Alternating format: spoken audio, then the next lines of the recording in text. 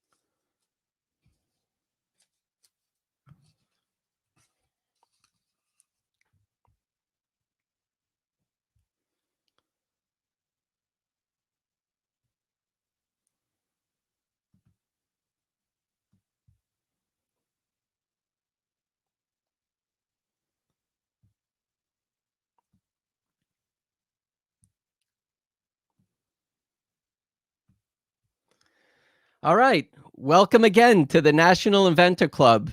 I'm your host and your founder of National Inventor Club, Brian Freed, and we have a great lineup tonight. We have so many guests in the studio here with us, and we are going to have the US Patent and Trademark Office innovation team. They'll be on with us. We have a National Inventor Hall of Fame inductee will be with us. We have some new members of the National Inventor Club. And I'd like to start off by having Erica Chase. She is from the Small Business Development Center at Farmingdale State College on Long Island. Welcome, Erica. How are you? Can you tell us about what the SBDC America has to offer and how to find some local chapters near them and what resources are available to them? Yes, I sure can. Thank you, Brian, for having me tonight. So good evening, everyone. I'm Erica Chase Gregory. I'm with the Small Business Development Center at Farmingdale State College. I am one of 22 regional centers in New York State, and every state across the country has an SBDC. So it's a Small Business Development Center. We're usually connected to universities or colleges or some private entities host us, but we all have one thing in common. We help individuals who are thinking about starting a business or who are in business already and they need help to expand that business. Their connection with the Inventors Club is awesome because we get to meet a lot of members through our SBDCs and help them with free services, getting their idea together, giving them resources of where they need to go next, sharing resources and information and agencies that can get you to the next steps where you want to be. So how you can find your own SBDC wherever you are, the best way is to go to America's, that's America with an S, America's SBDC.org. And in the top left corner, you'll see find your local office. You click there, you can put in your zip code and you can search your local SBDC. So again, if you want to connect with a business advisor, there are 1,000 of us, 1,000 centers across the Long Island, across the nation, as well as the US territories. And you'll get connected with a business advisor with a specialty in new product development, and they'll be able to help you along your way and you'll be ready to go. So all of the resources that you hear through the Inventors Club, and there are some really great resources for you that are paid, and we kind of partner with those paid resources because there's so much that you can do as you're starting to get that foundation, but then you'll have to go into a paid situation where you'll need to go to the next step. So this is a great place to learn all about those resources, learn about your next steps, and please, again, visit the SBDC in your area, americassbdc.org. Thank you very much, Erica, and thank you for being a supporting sponsor of the National Inventor Club. Originally started off as the Long Island Inventors and Entrepreneurs Club, and before that, there was my local counties and your local counties here on Long Island. But you've been a tremendous resource and supporter of inventors clubs, and we really appreciate it. For those of you who are inventors and entrepreneurs, some of the inventors, and myself included, have been utilizing the resources available from the Governmental Small Business Development Center, which is a division of the SBA. People have come in. You basically schedule an appointment the first time you go in, or it might be virtually or on the phone now, and then you can continue to communicate. But if you're looking for help with creating a business plan, maybe finding some local resources in your area that they're connected with, grants and loans and all different types of things that are available to you that I probably still don't even know about, it's all free. So definitely take a look at America's SBDC. If you're on Long Island, Erica and her team are available. They've been a tremendous supporter, but you can find one close to you, and it's free.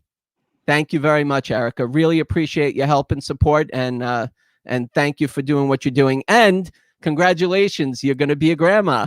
That's right. Thank you so much, Brian. Thank you, everyone. Have a wonderful meeting tonight, and I look forward to seeing you next month. Thank you very much, Erica. Be well. You too. Bye-bye. Bye-bye.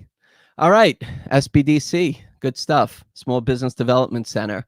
All right, the next part of our meeting is I'd like to introduce some of the new members of the National Inventor Club. So why don't we have Bob? How you doing, Bob? Good to see you. Hey, Brian, how are you? Doing good.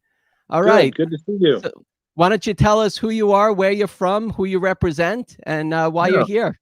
Yeah. Well, my name is Bob Siminski. I'm a patent and trademark attorney, have been for over 30 years now. I'm with a firm by the name of Harness, Dickey and Pierce, which is one of the largest IP firms in the U.S. I'm located in our Michigan office. And in addition to my legal practice, I'm also an inventor. I've yet to commercialize anything, but I hold a couple of patents, a few trademarks, and I'm always thinking about being on that side of the equation. So once I became familiar with National Inventors Club, I thought I should tune in and hear from other inventors, and if I can lend a hand on the legal side, so be it. Thank you very much, Bob. Thank you for supporting the National Inventor Club, and we appreciate you being a member. Yeah, I look forward to it. Thanks, Brian. Thank you. Thanks. Okay, next, let's have Mickey. Mickey, how you doing? Tell us your full name, who you are, and where you're from. First of all, Brian, thank you so much for having me this evening. I can see this is a great show.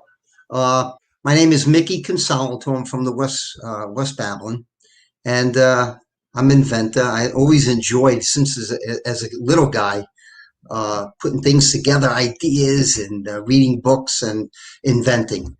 So what'd you come up with, Mickey? So I came up with a cute idea. Okay, and I'll be brief. Actually, you ever hear of paper plates, right? Paper plates to eat off of, and then you have plastic plates.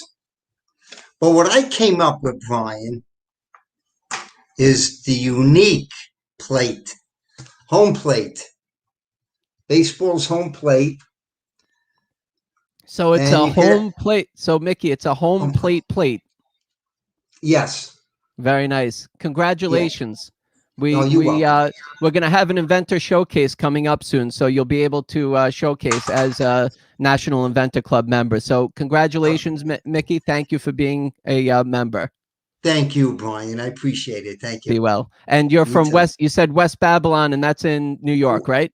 Yes, West Babylon. I was looking for someone to possibly help me license it. Okay. Thank you. Great. Thank you. Thank you, Brian. Okay. All right. Let's get our next inventor. Let's see. We have, Carlos Cabrera. Hello, Carlos. You're in the car. How you doing, Carlos? Yeah, I just got out of work. I'm sorry. No, Good, how are you you? don't It's have to good to see you. apologize. It's good to be working. What are you talking? All good. So, Carlos, thank you for being a member of the National Inventor Club. Why don't you tell us who you are, where you're from, a pleasure. and why you're here? All right, my name is Carlos Cabrera. I'm from Rockville Center, and I am the proud inventor of a valet door stop. And what it does is, this is a product made for storm doors. It allows you to enter your house without having the storm door hitting you in the back, as you usually does. And so you don't lose your feet, your shoes when you're coming in and out of your house. So what it does is, it holds the door, so it's just like this, storm door, and this is attached to the door jamb, the frame.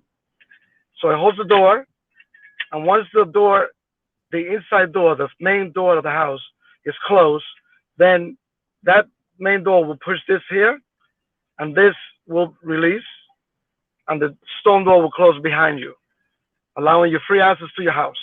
Very nice. And I know you're working on a model to be able to put that on. So when we have our inventor showcase, you'll show us in detail how it works. That's absolutely. Great. And Well, this also has you. a button here where you could disengage. Thank you. Okay. Thank you, Brian. Thank you very much. Thank you, Carlos. Be well, and we'll catch up with you soon. Absolutely. Okay. Thanks. Okay. Let's see. We have. Let's see who else is on. Okay. I think we're missing one, but okay. Well, why don't we had Bob, you're on. I don't see. Okay, Patrick. All right. So why don't we introduce our inventor spotlight of the month? Her name is Rachel Cardis. She invented the Loft bag, and she's got some great news that she's had over the last couple months, especially during the COVID chaos, I guess, that was happening. She kept going, and we made her the inventor spotlight. Congratulations, Rachel. Thank you. Thank you for having me tonight, Brian. So quickly, why don't you tell us who you are, where you're from, and what you invented? Sure. I'm Rachel Cardis. I'm from Indianapolis, Indiana, and I invented and patented a hands-free diaper bag. Just real briefly, I'll show you, so everybody can see into the camera. This is our packaging. It holds up to 2 diapers, but it attaches and it can fit in Dad's back pocket. As you can see, it can go in the shopping cart. So it's a great asset for anybody that has young, small children. Very nice. Congratulations, Rachel. Thank you. Thank you for stuff. having And me. what's one of your wins that you had over the last couple months? What's something over the last couple months? Yeah, we have another product for a dorm, and we were held by a major retailer online called Dorm Smart, and they're putting it all over with the collegiate licensing. So I'm an inventor of 2 products: the Loft bag and the Tiny Total Long diaper bag. And so anytime you can get some mass market and a major online retailer, you're excited. So that's what we were working towards during the COVID terms. Rachel has a really unique, interesting story. And she was also a guest on the Got Invention show. If you wanted to look that up and you wanted to hear her story, she's a true inspiration to all the inventors out there and entrepreneurs. So congratulations, Rachel. Thank you. Thank you. See you soon. Okay. Okay. So if you'd like to be a member of the National Inventor Club, you can sign up on the website. You get a t-shirt, all kinds of perks. And especially when we're doing our inventor showcase, you'll be able to showcase for, let's say, up to 4 minutes or so to the entire audience, and it'll be streamed and it'll be posted and archived and all that good stuff. And then there's also going to be a service provider showcase. So stay tuned for in the upcoming months for that, but you need to be a member. Okay, now we have our guests from the US Patent and Trademark Office.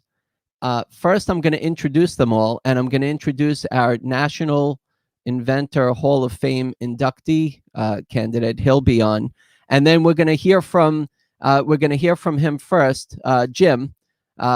And his amazing invention, which everybody pretty much knows about. And then we're going to get into some basics of trademark and patenting and copywriting and trade secrets and resources for inventors that Sean, I know, has some great information and Gwen has for us. So why don't we get everybody on? Let's see if we could do that and say hello.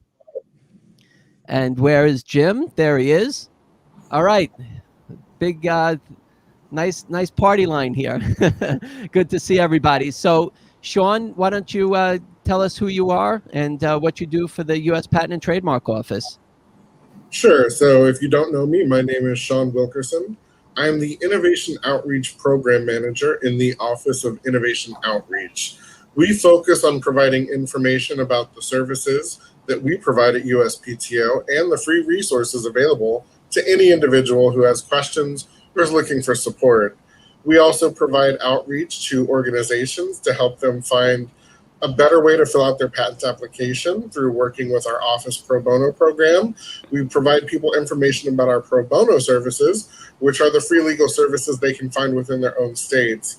Outside of that, the Office of Innovation works to promote and develop programming. So if there's something you want to learn more about, you can tell us, and we will actually take that program, develop it, and work with you to present that to your organization. So that's why we're here today. That's what we do. But right now we're getting ready for our big program, InventionCon, which is August 18th through 20th. And you can get more information at uspto.gov about the program. And that's InventionCon 2021, being held August 18th through 20th, where we provide information to inventors about on-hand knowledge, experience from going from concept to commercialization.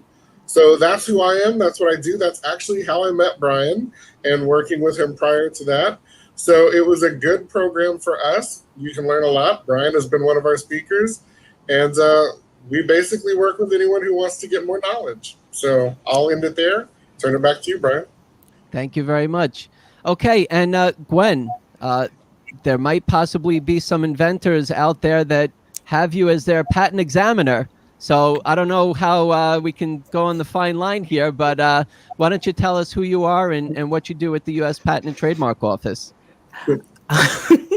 No pressure, Gwen. No pressure at all. Hi, my name is Gwendolyn Blackwell. Please call me Gwen. I am a supervisory patent examiner in Technology Center 1700, which is chemical engineering, material science, and material engineering, plus a little bit of chemistry. So I have been a supervisor for going on 10 years now. When I did examine patents, I examined in an area called miscellaneous stock materials, class 428. I am currently a supervisor in polymeric composition area, which is really different from where I examined. So if you have filed some patent applications, maybe at least 10 years or so ago, and they fell in my area, there is that potential I could have been your examiner on that case. Right now, I do not actively examine, but while I am a supervisor of an art unit of about 14 patent examiners, I also provide presentations on intellectual property basics and do outreach with local schools all over the nation. I also have completed temporary duty assignment at our regional office in Detroit and helped to build that K-12 outreach program. So I really love giving these presentations and talking to those small business and entrepreneurs and helping to get them where they're trying to be. Recognizing that not necessarily everything could be patented, but let's do the best we can to give you the information to protect your invention and your intellectual property the best way possible.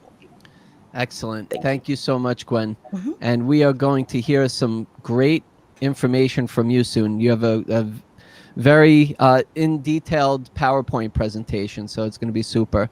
All right. And our guest also is Jim Wynne, and he is the National Hall of Fame inductee. Welcome, Jim. How are you?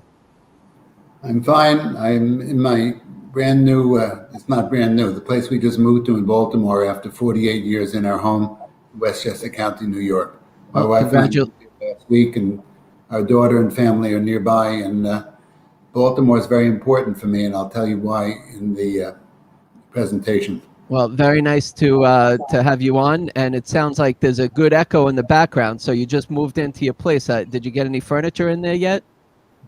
Well, we got furniture. I'm in the kitchen, and if you're hearing an echo, it's because the kitchen where I went, because of the lighting in my office right now, it was very dark. The lighting isn't set up there. So I moved to the kitchen, and I hope the echo is not bad. Okay. Well, so it's okay. It's no problem.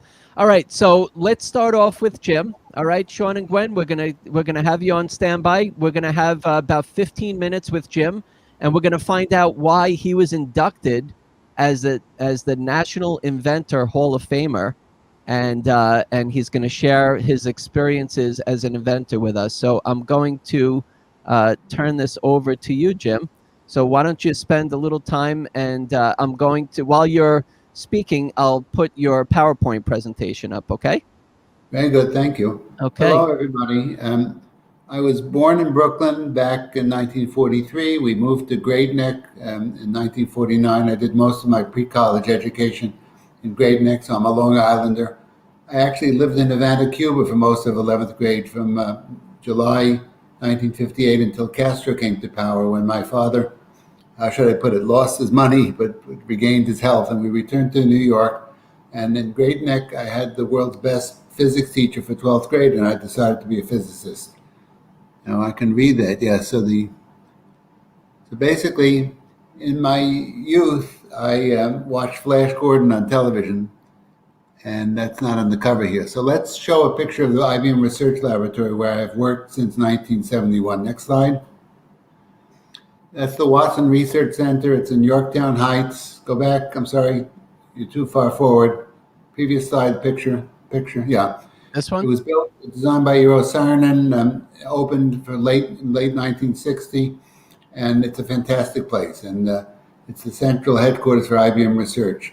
I chose to go to IBM rather than Bell Labs or other places because my PhD advisor, Nico Bloombergen, had two eminent people already at the Watson Research Center, and it just seemed like a natural fit for me to go there. So let's go to the next slide. So what did I do? Well, I said I watched Flash Gordon. Now, who's Flash Gordon? Some of you have heard of him, but he was an explorer of outer space, and he was assisted by Alexis Zarkov, the physicist, who had a death ray, and they were going to conquer the universe. Now, what was the death ray? Next picture.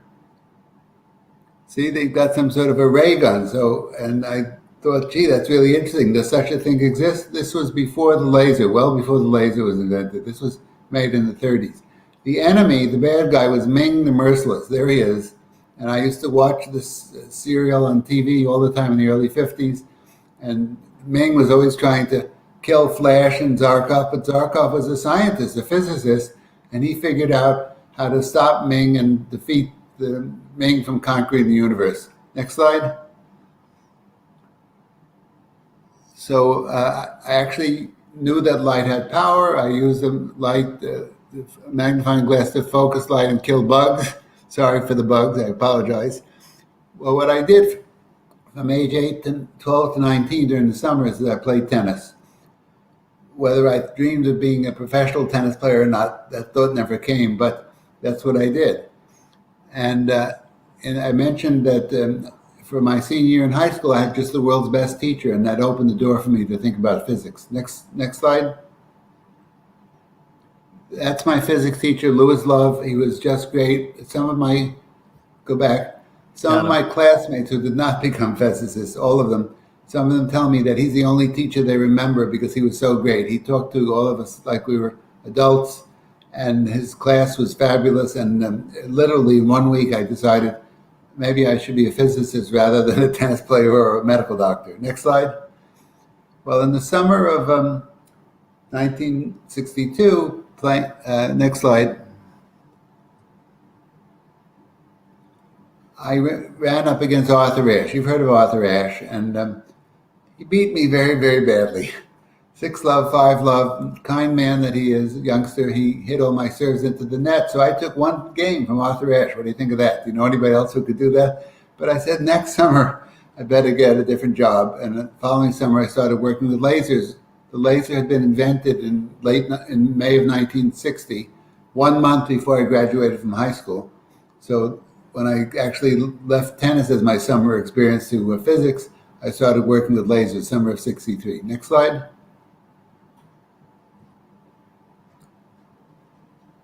Yes. So what I'm known for is excimer laser surgery. This is an excimer laser is a type of laser that was developed in the 70s. And I guess what we missed is that after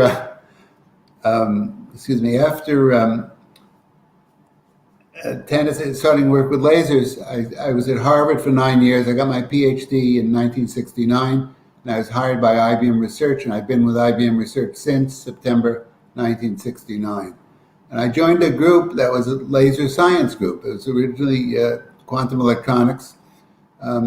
After I joined and was promoted to manager of laser physics and chemistry, I thought about chemistry, and in particular, I was aware that this new laser had become commercially available. It emitted strong pulses of far ultraviolet light in the shorter wavelength than 200 nanometers. It's light that does not get to us from the sun because it's absorbed by oxygen in the air, but this laser produces it, and if you're close enough to it, the light will get to you because it's not absorbed by the oxygen, enough absorbed to deplete the energy in the laser beam.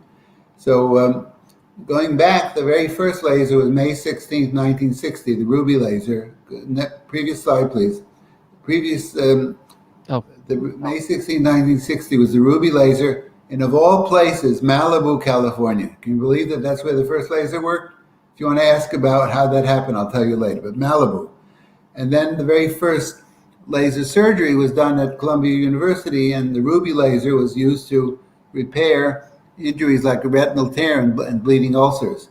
In 1979, I had the good luck or brilliance, or just good luck and brilliance and foresight, to buy a commercial excimer laser that gave us this far ultraviolet light. And in my group, I had Rangaswamy Srinivasan, who with his technician, Veronica, used the laser to discover that it could make clean holes in particular polymers. IBM was interested in polymers because circuit boards for computer chips are made of polymers and metal, and you have to make holes in those polymers, and it was done by some photolithography and then some chemical etching.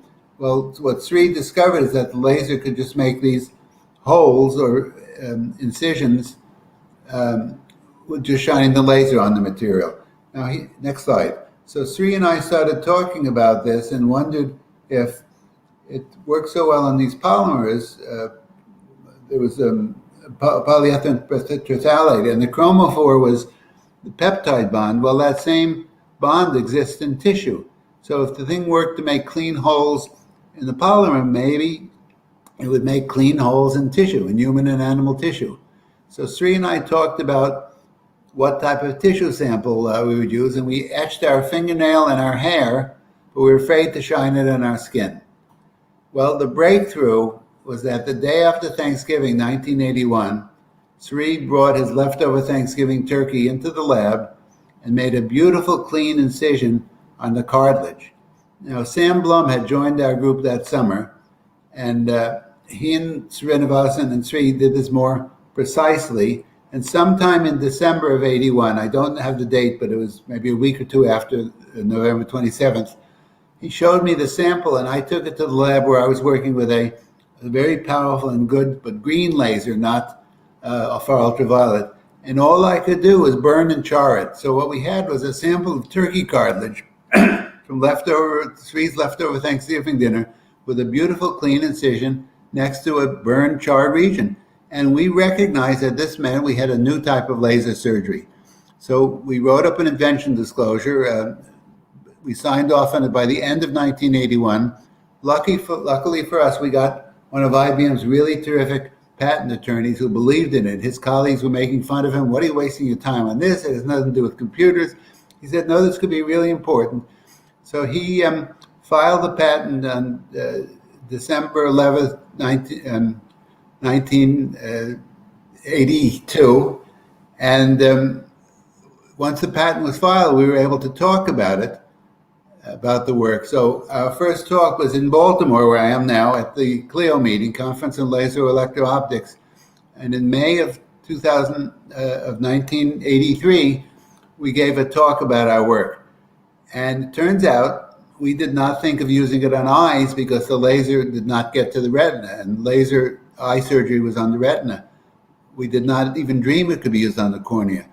But at this conference in Baltimore were two ophthalmologists from Columbia University, and when they heard our talk, they recognized that it might be used to reshape the cornea. Now, one of those two ophthalmologist, Steve Trokel, came up to the Watson lab on July 8th in the summer of 1983. He brought a nucleated calf eye. We had the laser. We made clean incisions in the cornea of the calf eye. When that paper was published on December 15th, 1983, the whole ophthalmology community knew about it, and it evolved to produce laser refractive surgery, LASIK and PRK. So we have the fundamental patent that underlies that. Now, next slide. This is a picture. I don't see the picture here. Well, that picture, no. Okay, the picture doesn't show up. Too bad. So it's an image of the cartilage that's showing the beautiful clean incision with the burned region right next to it. We'll be able to see it in the video. That's the other video that would have been shown earlier. Okay. All right. So we'll have in the description of our meeting afterwards. It'll be in there so they can click on and they can watch it. Okay. So it was a remarkable difference, and thanks to our terrific patent attorney who worked with the patent office over several years. The patent was issued in '88. And then once LASIK and PRK became very widespread, Jack Stanlin, our patent attorney, who I consider to be the fourth inventor, nominated us for the National Inventors Hall of Fame, and we were inducted in 2002. Wow. Congratulations. So, let's see the next slide here. So how widespread is this today? Well, roughly 50 million people, from what I've heard, have undergone the procedure.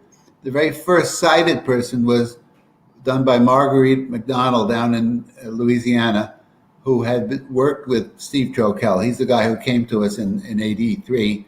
And this also took place in '88. Between '83, with our enucleated calf eyes, and '88, we worked on animal eyes, cornea of animal eyes, both enucleated and living rabbits. You always test a laser on a rabbit eye to see at what level it will cause damage. And then we used human eyes from corpses, and then blind people volunteered. The first sighted person was done by Marguerite McDonald in March of 1988, and it worked. So now 50 million people, and I'll tell you three of them in particular, and about 1 million U.S. military personnel have undergone the procedure. If you're in midshipman in Annapolis and you're nearsighted, you're going to have to go into a submarine. But if you want to be a pilot, a naval air pilot like Tom Cruise and Top Gun or others, you need to have better than 20/20 vision. So what do? You go to the Naval Hospital in Bethesda, and they carry out either LASIK or PRK and tune your vision to better than 20/20, 20/16, and then you can qualify to be trained as a naval air pilot. The modern technique known as wavefront guided LASIK, which uses some technology from the University of Rochester, is routinely giving people 20/12 vision, not 20/20, but 20/12. 20/20 is not a law of physics. It is a standard of the optometry profession. And what it means is that at a distance of 20 feet from the wall, you can read that line that says 20/20. If you have 20/12 vision, you can see at a distance of 20 feet what a person who has 20/20 would have to stand at 12 feet to see. So you have almost 4 times the resolution, aerial resolution, of a person who's 20/20. Wow, so besides the military, go back, please.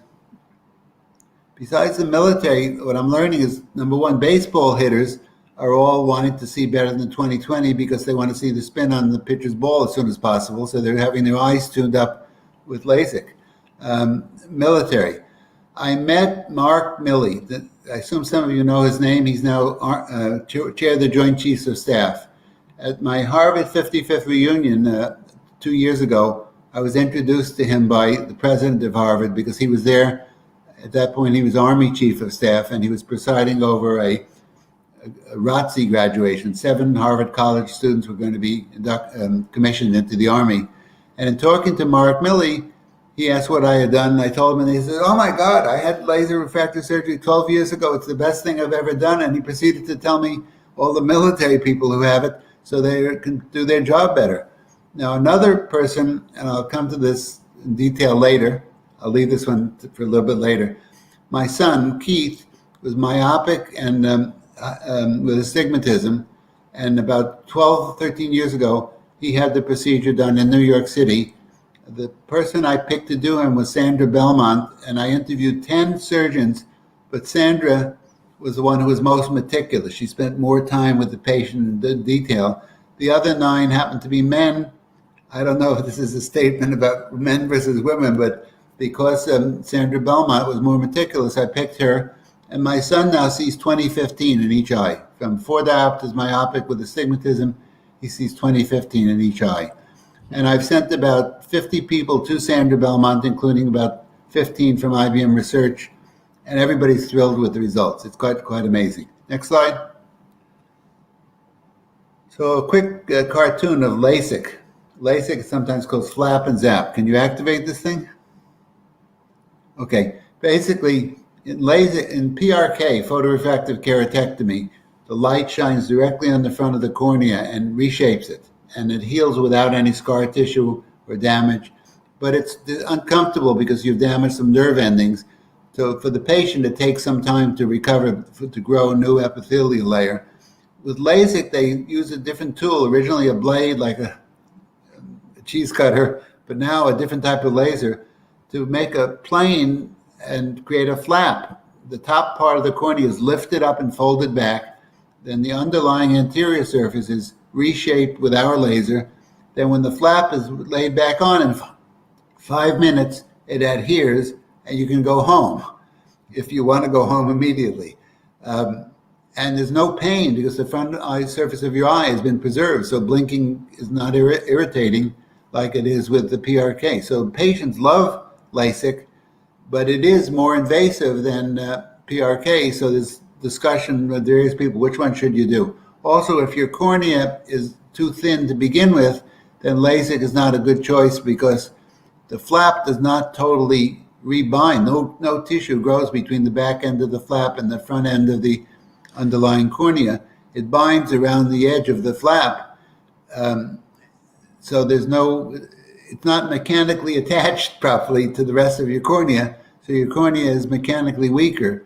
So if you're in a profession in which you undergo strong G-forces, let's say an astronaut, maybe you'd not be a good candidate for LASIK, but you could be a good candidate for PRK. Oh, congratulations. Congratulations, Jim. That's a tremendous accomplishment. Can you tell us and give us some words of wisdom to the inventors out there listening? Give me the next slide first. Yeah, sure. Okay, so one of the awards we won was a national medal from President Obama, and at that time, it's February 1st, 2013. After the award ceremony, when about 20 people won national medals, each of us had a private photo session with President Obama, and I had my daughter, my wife, and my son-in-law. And my daughter asked the president, "Do you know anyone who's had laser refractive surgery?" And he said, "Yes, my wife, Michelle." High point of the day. Next slide. Wow. And I would tell you that this is not the end of new ideas. I'm working on the same laser with people at Stony Brook University out there on Long Island and the Military Burn Center in San Antonio to show that this laser can be a smart scalpel to create, to debride, to remove burn eschar without causing collateral damage to the underlying tissue. We have a couple of patents that underlie that work. Next slide. Next slide. You skip this slide after all of these things. A lot of good stuff and why it's good. Next slide. So this just tells the work I'm doing with Richard Clark at Stony Brook, and he got funding from the U.S. Army, and that's why they're now replicating the results out at the Military Burn Center. And the bottom line is, and I learned this way back in 1983, that blood blocks any further tissue removal. So the dry burn eschar is laser ablated, and then as soon as you reach moist enough tissue with enough salt water, it stops. It's wonderful. Next slide. Keep going. Go beyond that. Next slide. So, yeah. So I have a collaborator, Jerry Felsenstein, is a dermatologist, and he's been pestering me for some 25 years. Can't we do something therapeutic on skin, not cosmetic, therapeutic with the laser? And it was only in 2009 that we realized we could use it to remove necrotic lesions such as burn eschar, and that led to the work that's going on right now. We have a number of patents, but in particular, we have 2 recently issued patents that seek to create transdermal orifices in the skin that stop right at the dermis, and into these orifices we think you can introduce medications, so you can do chemotherapy locally instead of by injection. You could give people vaccines like COVID, COVID vaccine without having to stick a needle in somebody. What Jerry Felsenstein says, when he has patients who are very young, they're scared and scream and yell. They don't like a needle.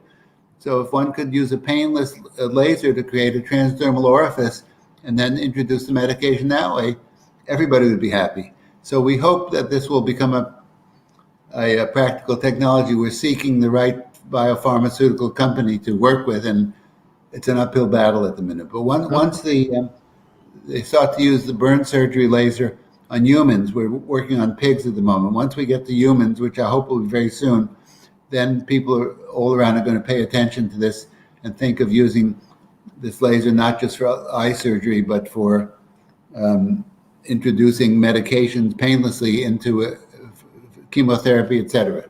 So that's a quick story. Now, all of this is, how did I get there? Well, as a kid, I was encouraged to study science and math, and I like to play around.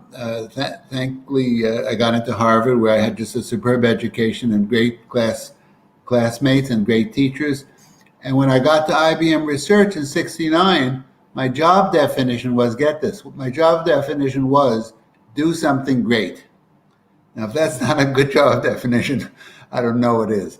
Now, the happenstance that we discovered eczema laser surgery was, I will just quote Louis Pasteur, translated into English: chance favors the prepared mind. So Srinivasan and Blum and I had prepared minds, and when this thing happened, we recognized it. That was the chance that favored us, and we were smart enough to go and write up an invention disclosure, which became the patent that got us into the National Inventors Hall of Fame. Very nice. So Congratulations, Jim. That's the good ending for my story. This was featured at IBM's 100th anniversary as one of the 100 great things that happened at IBM Research, or at IBM Corporation. That's fantastic. So just some quick words of wisdom from you, Jim. I'm going to have the video. I'm going to put it into the description, and I'm going to put it into the chat here so everybody can watch it. But why don't you just tell us, like, there's inventors out there that have an idea, they're not really sure what to do next. Some are kind of on their way, and some have commercialized it. So what is just some quick words of wisdom from you that you can help inventors that are listening? Well, the first thing is you have to have a good idea and recognize that it's good, and then you need to go to USPTO.gov and see if perhaps somebody's already invented it. Now, if you don't see by a quick search through the system that idea has, if it's obvious to someone skilled in the art, let's say if I put a spoon and a fork together to eat, I can't invent that combination, even though the fork has been invented and the spoon has been invented, because putting them together is obvious to someone skilled in the art. But if I say, oh, I'll turn the spoon backwards and then I'll flip the food up into the air and use the fork to make sure it gets in my mouth, that could be an invention because it is not obvious to someone skilled in the art. So you have an idea, you check if it's already something close to it has been invented, and then you write it up and you get it notarized by somebody. Not notarized, you witnesses. Witnesses have to witness that you've done it because they may have to testify in court. And then you find a very good patent attorney, or if you're an attorney, you do it yourself. I happen to have great patent attorneys that IBM has, and I got a really great one named Jack Stanlin. So I didn't have to do that busy work. But I spoke to Jack many times in him evolving the structure of the invention of the patent application, and that resulted in a very, very good patent. So the first thing is be curious, have a good idea, think about how it will be useful, check and whether maybe someone else has already conceived of it or invented it. There's a lot of cases of people who had great ideas only to find that other people had already discovered it and invented it. And then file a patent application. It helps to have a good attorney, and Brian was mentioning some people who were on before who are patent attorneys. You can find them. They advertise as well, but I'm in IBM Corporation, so I didn't have to go looking for the patent attorney. And then if it's required to do some extra work to show that your idea works, do it. Now, I'm a very persistent person. My strength is less in creativity and more in persistence. And also I have good judgment of what people I decide to work with. Often it works better if you're not alone, but you have other people with complementary expertise, and you can bounce your ideas off one another, and the team will do better than the individual. But many individuals are selfish. They don't want to share their ideas with other people. They think they can get the patent by themselves. I'm not that type of person. That to me is, I want the result to come to fruition and actually be useful. And it is much better if you have people with complementary intellectual skills. Oh. And believe me, in IBM research, I have amazing people who I can talk to. Well, you have amazing accomplishments. I'm going to mention Richard Garwin, the smartest person I've ever met. Dick Garwin got his PhD. He's 93 right now, and he's still the smartest person I know. He got his PhD at age 21 with Enrico Fermi at Chicago. Fermi took him to Los Alamos the summer of 50 and the summer of 51. In the summer of 1951, at the age of 23, Richard Garwin designed the first hydrogen bomb. Now, he's not happy about the result of that. That's what he did when he was a kid. But he's brilliant, and I've had the opportunity to know him, to throw ideas to him, and he catches on immediately and makes suggestions. Having great colleagues just is so enriching, but then somebody has to do the work and make it happen, and that's my strength. So when you get a good idea, don't give up. Go for it.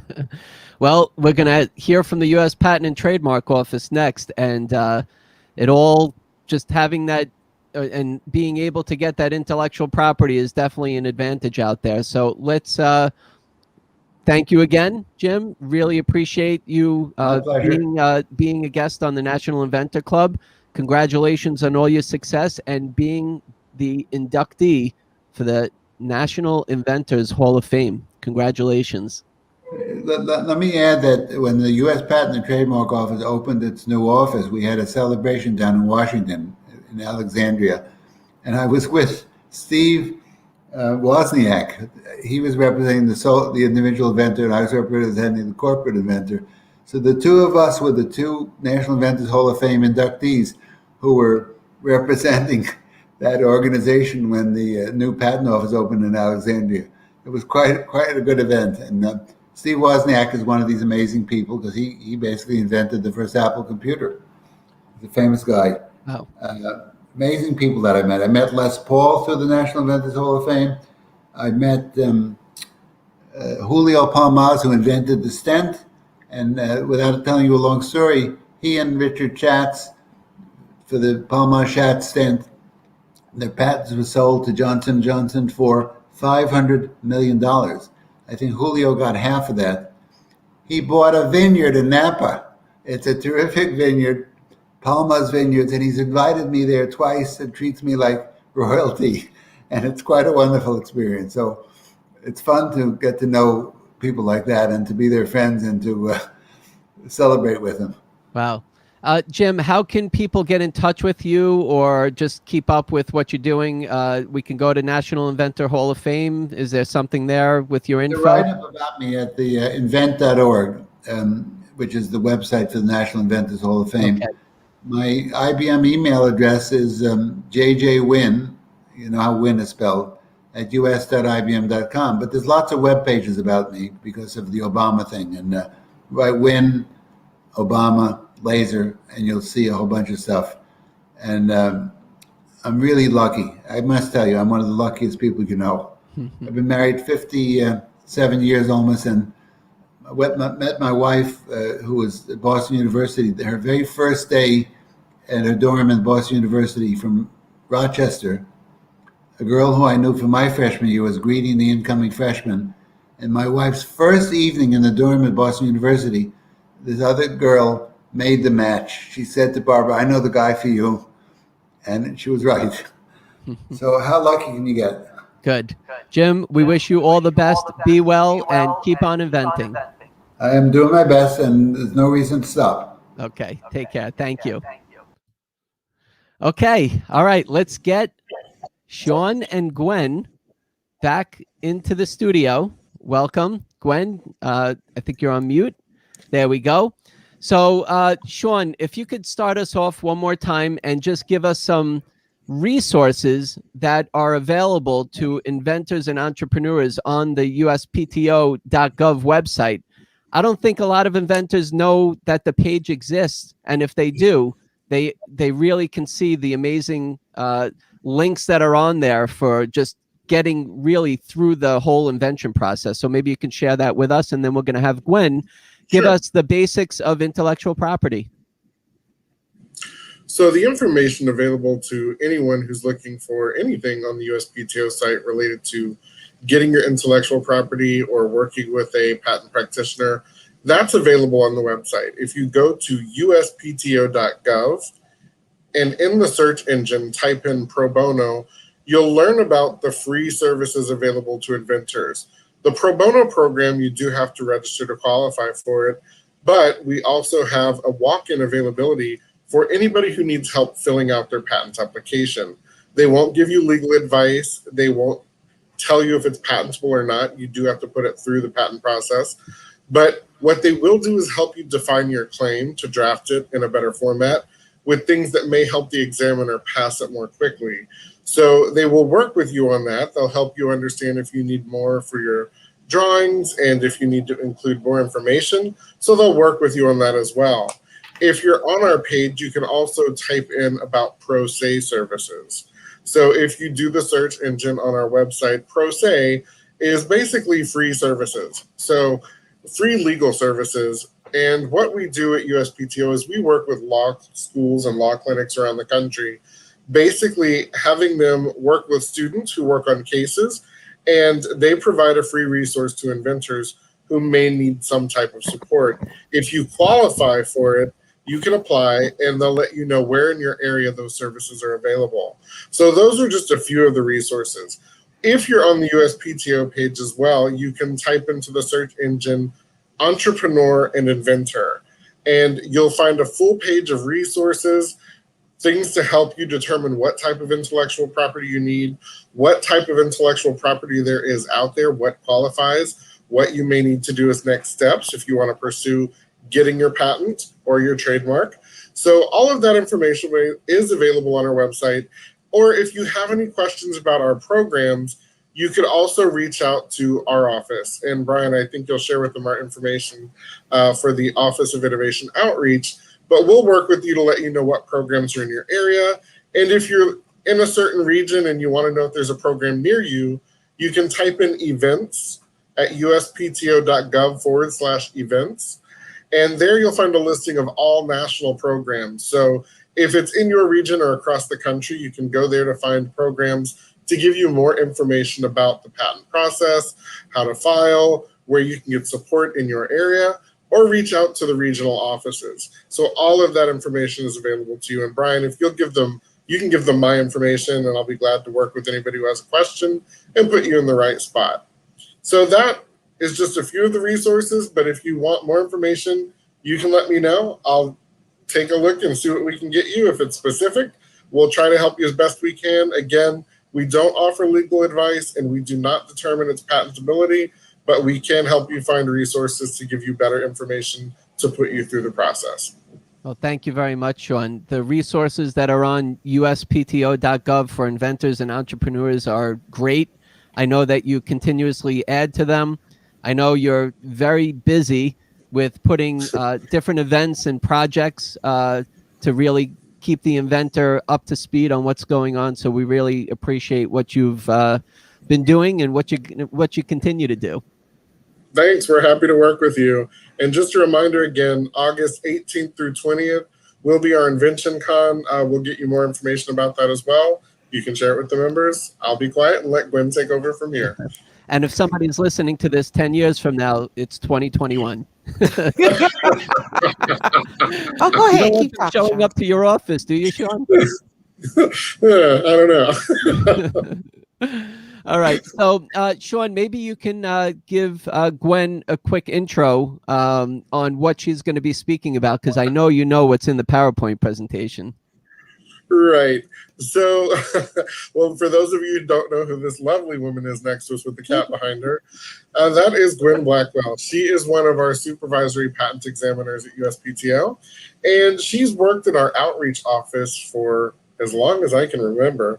So I've been there for 12 years. Gwen, I don't know how long you've done outreach, but she's been doing it for quite a while.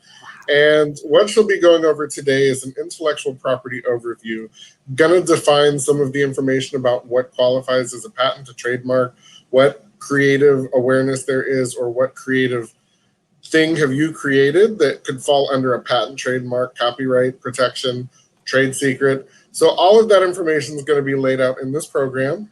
And hopefully you'll get something that's going to help you understand a little bit better about something you didn't think about with your trademark or a copyright or related to your patent. So good opportunity. And Brian has the slides for those. So Brian, whenever you're ready, I'll let you and Gwen start.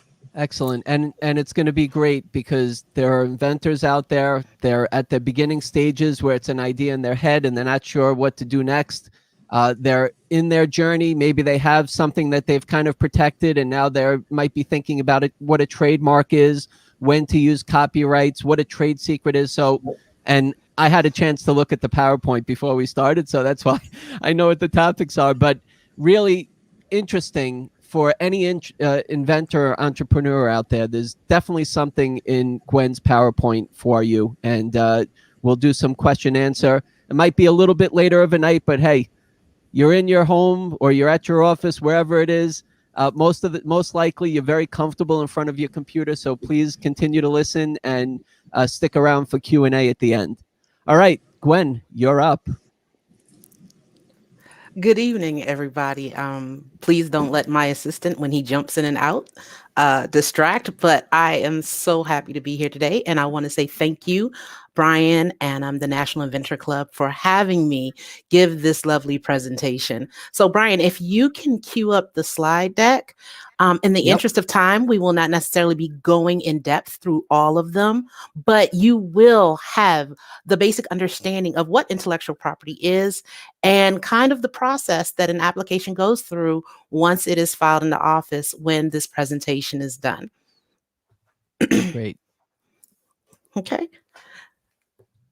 So we'll just wait for it. So next slide, please. Okay. We can go to the objective slide. Thank you. So I'm going to give you a general overview of what intellectual property is. Tonight, we'll be discussing the different types of patents, as well as trademarks, trade secrets, and copyrights. This is not something that is going to give you an in-depth understanding of the nuances for each of these areas of IP, but it is to give you a basic understanding of what they are so that you can better understand the intellectual property that goes along with your business and properly build your IP portfolio. One of the things that I need you to understand is that nothing that I say tonight will constitute legal advice. I am not able to give you legal advice, even though I am an attorney. I do work at the patent office, so that is slight of a conflict of interest if I were to do that. But I do want to make sure that you do have the information to help you make educated decisions about your invention, your business, and your kind of next steps with regards to intellectual property. I will go over a general slide of filing a patent application and what happens afterwards. We've basically heard the resources from Sean. There are a couple of more. The USPTO has a lot to offer. So I'll give that at the end as well. And so if we can go to the next slide. I love this slide. It kind of lays out in one place the different areas of intellectual property. So there are actually 3 types of patents. There are utility and plant patents, which generally endure 20 years from the earliest effective filing date. And a utility patent goes to the process, the machine manufacturer, and a plant patent goes to any asexually reproduced plant that's not out there. You can get a plant patent. There are design patents as well. Those go to the ornamentation, how something looks. So an easy example of that would be the shape of the Coke bottle. You know, it has that hourglass shape. The way that it looks when you see it, you know that that is a Coke bottle. That would have been eligible for a design patent. And design patents have a different endurance date, where utility and plant patents are 20 years from the date of filing, the earliest effective filing date. Design patents are 15 years from issuance. And that went into effect for all those that were filed on or after May 13, 2015. When it comes to trade secrets, when it comes to trade secrets are those things that aren't necessarily known. They're just things that you kind of keep hush and quiet. One of the most famous, the Coca-Cola formula. I'm not sure if you have like donut wars or something in your house, but I know me and my 3 sons, sometimes we don't agree. They kind of like Dunkin' Donuts sometimes. Personally, I'm a Krispy Kreme gal. The Krispy Kreme formula for the original glaze is actually a trade secret. Many people don't necessarily know that. We'll also be discussing, and trade secrets endure until it's lost, whether publicly disclosed or a third party may come in and independently do whatever it is that you've done. That is a way to lose. Copyrights are anything that comes into a tangible form. And since the Copyright Act happened, it kind of changed it in 1978 so that your copyright protection endures 70 years, the life of the author or creator plus 70 years, which is a lot. And I will give you a great example when we get to that part of our presentation tonight. And then trademarks are those marks that are out there. When you see them, you know, or when you hear them, you know. So one of the things that people don't realize is trademarks are not just about a symbol or a word. It can also be a smell. It can be a sound. So you can have many distinctive ways to brand your invention or your business through a trademark. And it can even be a color, right? It could be a color. It can be a color. Right? Like UPS. Yes. The brown. Or one of the ones, because I kind of like to do that do-it-yourself home thing, Pink Panther. Oh. The installation, the color pink for that. I guess many people might have thought, oh, she might bring up that Robin Blue egg that has to do with Tiffany. But no, I am that one that likes to work with my hands. So the Pink Panther, the pink installation, that DuPont, that is a trademark. And trademarks endure until they're abandoned or they lose their distinctiveness through dilution. And I'll give an example of that too. So if you could go to the next slide, please. Sure. Gwen, you know, there's a lot of inventors out there that when you ask them if they have a patent, they say, yeah, I have a patent. I'm patent pending. I have a provisional patent application. I'm sorry. I have a patent. And I say, what kind of patent is it? And they say they have a provisional. Yes. So that's not on the list. Maybe for just 2 seconds, you can explain what a provisional patent or patent application is. Okay. Oh, you know what? You're kind of making this easy because there is a whole section towards the end about provisional applications. But if I talk about that now, we can skip over that in the interest of time. But provisional patent applications are applications that act kind of like a placeholder. Think of it as a draft of your patent application. So you can file a provisional to get an earlier filing date. Once you file your provisional, you can put patent pending on your invention. However, one of the things you need to understand is, one, a provisional application is never examined. It is to act as a placeholder only. And two, patent pending does not give you any rights with regards to protecting your invention. It's just putting the public on notice that some type of application had been filed, whether it is a non-provisional or a provisional application. I always say that if you are really seriously thinking about filing a patent application and you fall within, let's say, the micro entity status, which is the smallest status that we have for filers that have basically 75% discount on the traditional filing, certain traditional filing fees, I said, go ahead and file it. Currently, that fee is $75. So if you're thinking about, I think I might want to file a patent application, then get your application, your provisional application together, file it, and then you have 12 months to decide whether or not you will go ahead and file the non-provisional, maybe do some more market research, kind of figure out funding and how you'll take care of everything with regards to filing fees, prosecution, or what have you. That helps truly get you to that point of making an informed decision of whether or not to go forward, or whether you need to pull back a little bit to decide to do something else. Okay. Thank you for that. And You're that's welcome. the thing. It's confusing to the independent inventor out there. Well, I'm talking for a lot of people that I keep in touch with, and it's just, yeah, I have a patent. Okay, what kind of patent? A provisional. A provisional isn't a patent, like you said. It's a draft. No, it's not. And it's a filing date, so it gives you the right for 1 year to say that you're patent pending until you convert it over into a fully issued utility patent, or you could just do the design patent, right? Okay, so it's not.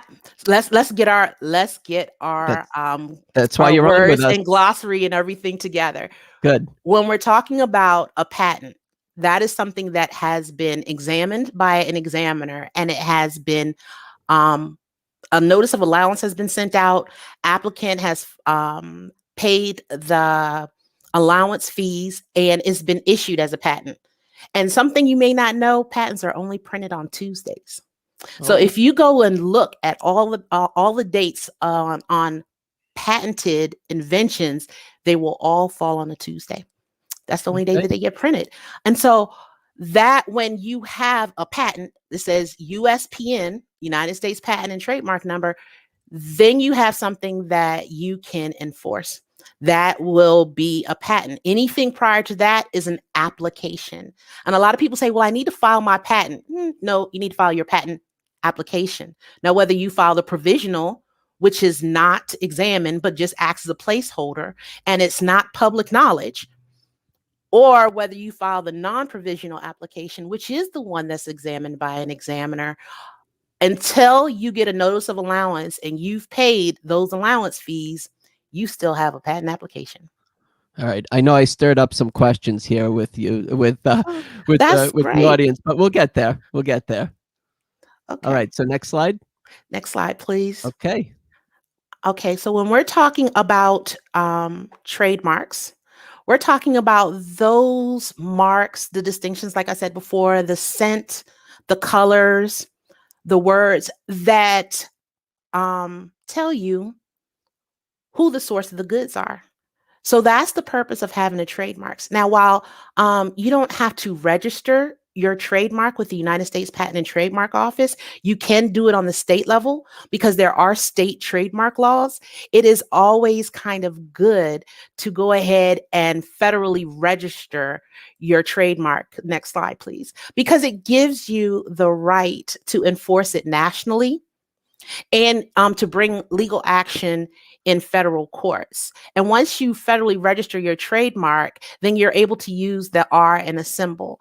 And one of the great things with federally registering your trademark is that, it can, it'll be registered with customs, and it can help counterfeits be stopped at the border before they get into the stream of commerce here in the United States. So if you have a trademark here in the United States, and let's suppose someone's trying to import counterfeits of your trademark, by registering it with customs, based upon certain laws, certain products can be seized before they come in. And there are large markets for counterfeit products. I know when I didn't realize this, but when I went to New York, I was down on Canal Street. There was a lady once that was like, "Hey, you want a purse?" And she pulls out this paper with all of these different bags and everything on it. Now, mind you, I'm not a purse person, but I was kind of interested. I was like, what is this all about?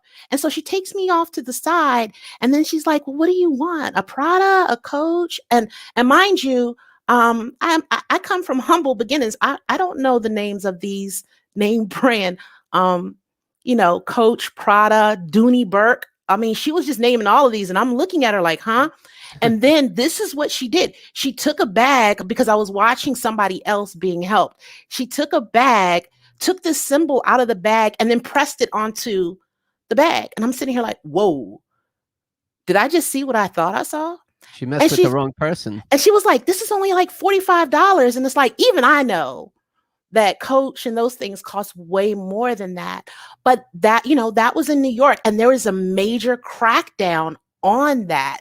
So, while counterfeiters will always try to figure out different ways to get around things, by federally registering your marks, you can help protect your brand a little bit better than if you just left it to the state system. Because when you're only, let's suppose, registering with your local business or your local state business group, you're only protected in that particular area, in that particular region. So if someone is using your mark that's not federally registered, let's suppose you're on the West Coast and they use it on the East Coast, and we're a global economy now. It's so easy to get on social media and give a bad review, and it's like around the world just like that. So just imagine you're worked hard to build your brand, and then somebody on the East Coast takes it and then doesn't give good service. People are going to talk about good service. A lot of the times they'll talk about they'll talk about bad service before they'll talk about good. So that's one of the things that you kind of want to think about. Don't just look at it in terms of, this is where I am right now. Think about where it is you're trying to go, and protect yourself the best you can when it comes to your trademarks. And Gwen, I know many inventors kind of figure out or want to figure out how to use a trademark. So is it the company name that you want to trademark? Is it your product name? Is it a line of products that you want to protect? So maybe you could just help us with that kind of question. Oh, we're going deep tonight, aren't we? Whew. Okay. Well, that's our audience. So when you think about the branding for your business, you want your trademark to be distinctive. You don't necessarily. There are certain rules when it comes to registering your trademark. That's in the Trademark Procedure Examining Manual. I am on the patent side of the house, so we have the Manual of Patent Examining Procedure, the MPEP, but there is the same thing for the trademark side. And so your trademark needs to be distinctive. It can't necessarily be something that just says this is what it is. Think about when you think about Nike, okay? Now, Nike has the swoosh. Would you automatically assume that a swoosh goes with the word Nike? Now, knowing your mythology aside, because the Nike goddess, the Nike is a goddess. So push the mythology aside. If you're just looking at it, would you think? But whenever you see that swoosh, that it goes to Nike, right? Also, when you think about your brand, you want something that's going to stand out, not just blend in. To be descriptive without saying this is exactly what it is, right? So that's kind of like, I think, did that answer your question, Brian? It did. Thank you for that. Okay. And I see here on one of your bullet points, there's an R, and this is always interesting when I point this out. There's different products out there that you can see a TM, and then so how do you get the R? You get the R by federally registering your symbol. So you can either through an attorney or an agent, usually it's an attorney, through an attorney or yourself, you can file your trademark registration symbol yourself, or use one of the resources that Sean had talked about, either through the pro bono program or a trademark law school clinic. Get your application together, pay your filing fees, and apply to United States Patent and Trademark Office for a trademark. Once your trademark is granted, then you can use the R symbol, because that means it's federally registered. So everybody starts off with a TM, and whether you file or you don't file, you could put a TM just to put people on notice that you're using a trademark, and then you can federally register it where you're showing that you're using it in commerce. And then once that's approved in that certain class of goods that you're using that trademark, then you'll be issued a registration mark. Is that right? Yes, you'll be issued your registered trademark. And one of the things that you need to understand with regards to trademarks are there certain areas that trademark categories, I should say. So for example, you could have an area that's just for cleaning companies or something, and then an area for like apparel or something else. So services or goods, they're broken down a particular way. And every place that you want your trademark to be protected, you have to file in that particular area. And there's many inventors out there, Gwen, that may not necessarily be able to get a patent on their product, or their idea, I should say. And it may be in the public domain already, invented many years ago, and anybody can make it. And you can take the same thing and you can put a good name on it and get that trademark converted into a registered trademark, and you could sell it and you could build a brand out there. Just like everybody, I'm sure, has heard of the Snuggie. I always bring that example up. Like, the Snuggie was invented a gazillion years ago, and a marketing company said, you know what? This is great, a blanket with sleeves. Let's call it the Snuggie. And you've seen other products that came out, well, the same product that came out with the same name many times after that. And that's because it was a public domain patent. That's, I should say, it's in the public domain, and you just come up with a good trademark and then convert it into a registered trademark. Is that right, Gwen? Yes.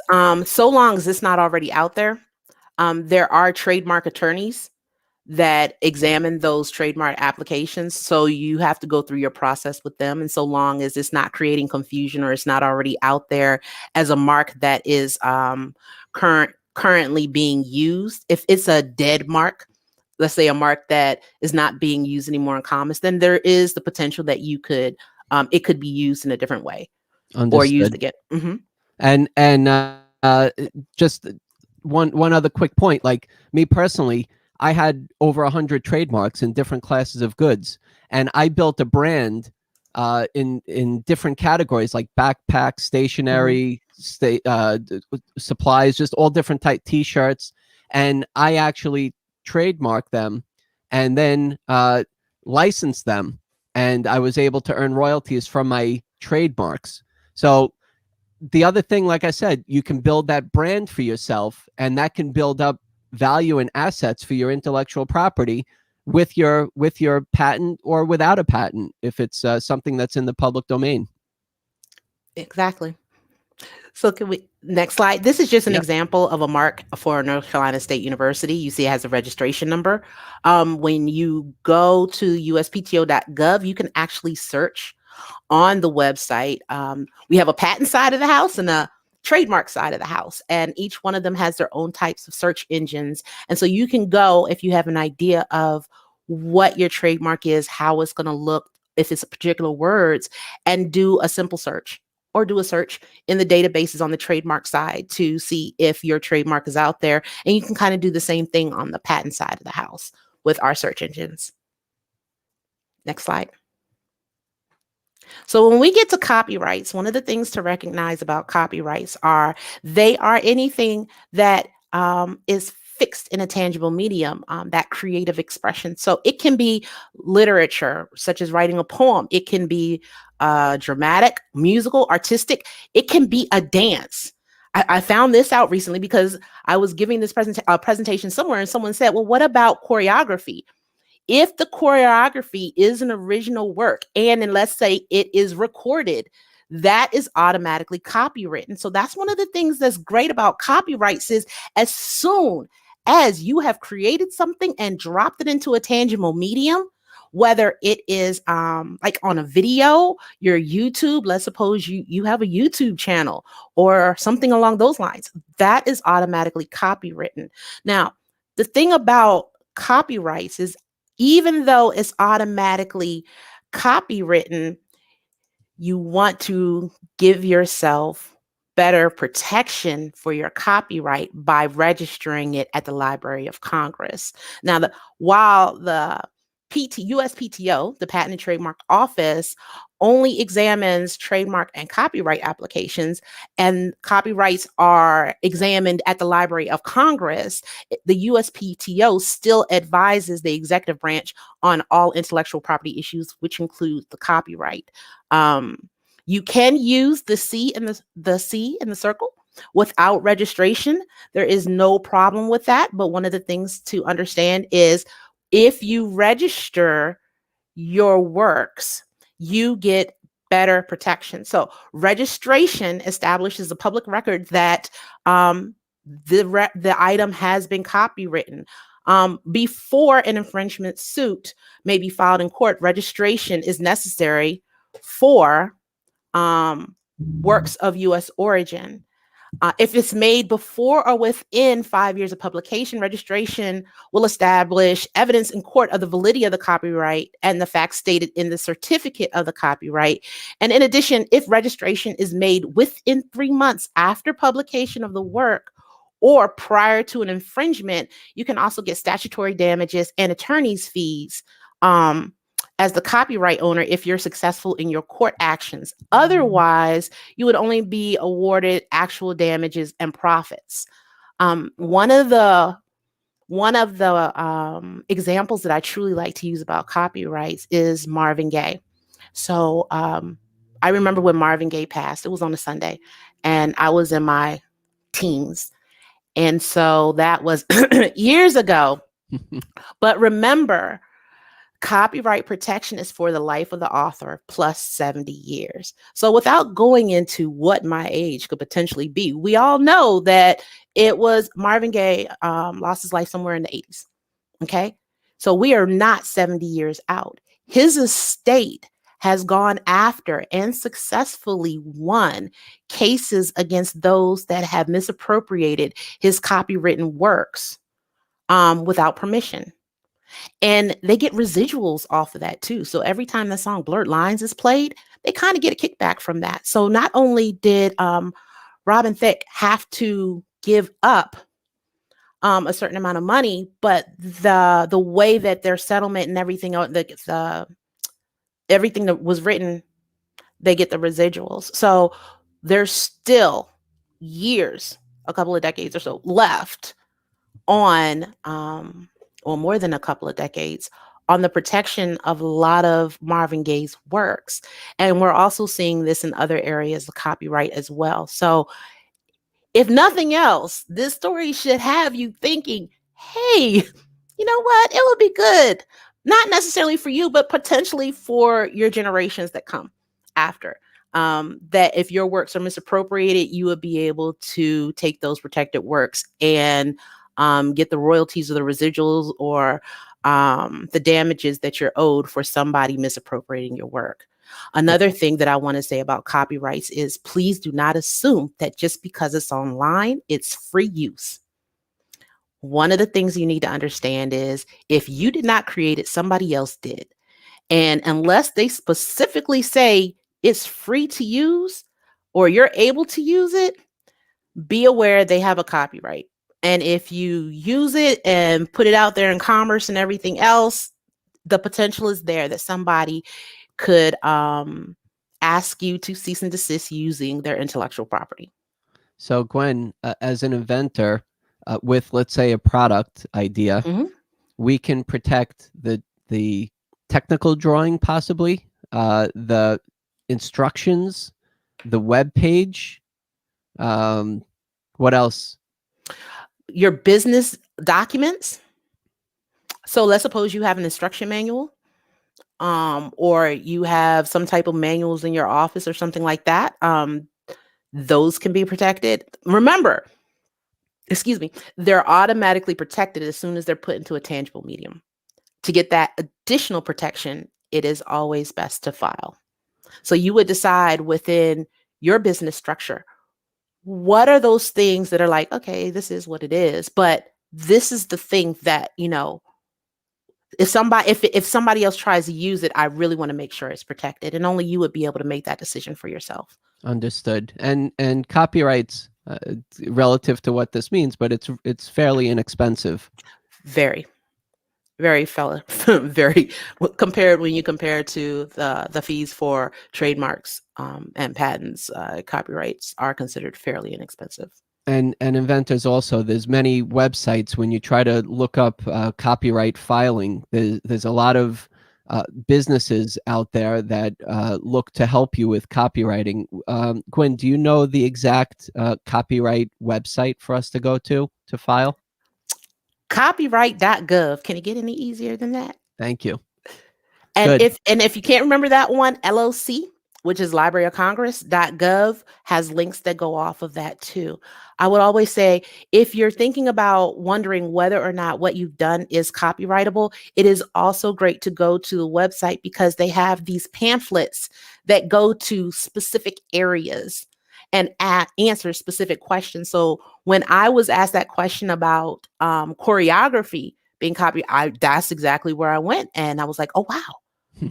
This is amazing. So there is a lot of information out there. It's just a matter of taking the time to find it and read up on it. Thank you. Mm-hmm.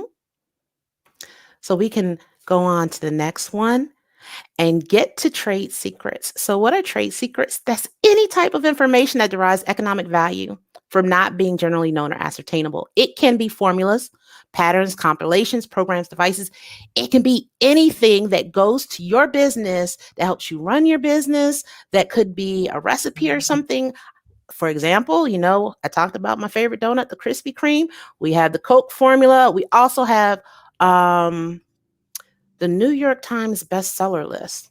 Now, that's a new one that I did not necessarily know about, but the methodology of how a book will get on the New York Times bestseller list is not known, and they keep it a secret because they're afraid that if people knew what it took to get on that list, that sellers may start trying to manipulate certain data in order to be able to get on that list with regards to their sales. So it's anything that you want to keep secret. Now, most laws are based on the Uniform Trade Secrets Act. And all states have some type of protection, but the one thing that is great with regards to trade secrets is the Defend Trade Secret Act that went into effect in May of 2016. It is awesome in that if you feel that your trade secret was misappropriated, you can now go into federal court and file a claim about that misappropriation, not have to give up your secrets, and potentially get some relief if you're able to prove that someone took your trade secret and was trying to use it. Now, we can look up somebody's patent. How do you look up somebody's trade secret? Or how do you know if they have a trade secret? Like, what if I took the Coca-Cola formula and I reverse engineered it and started to make how do I know to look up a Coca-Cola trade secret or that they have one? That's an interesting question. If you go to the next slide,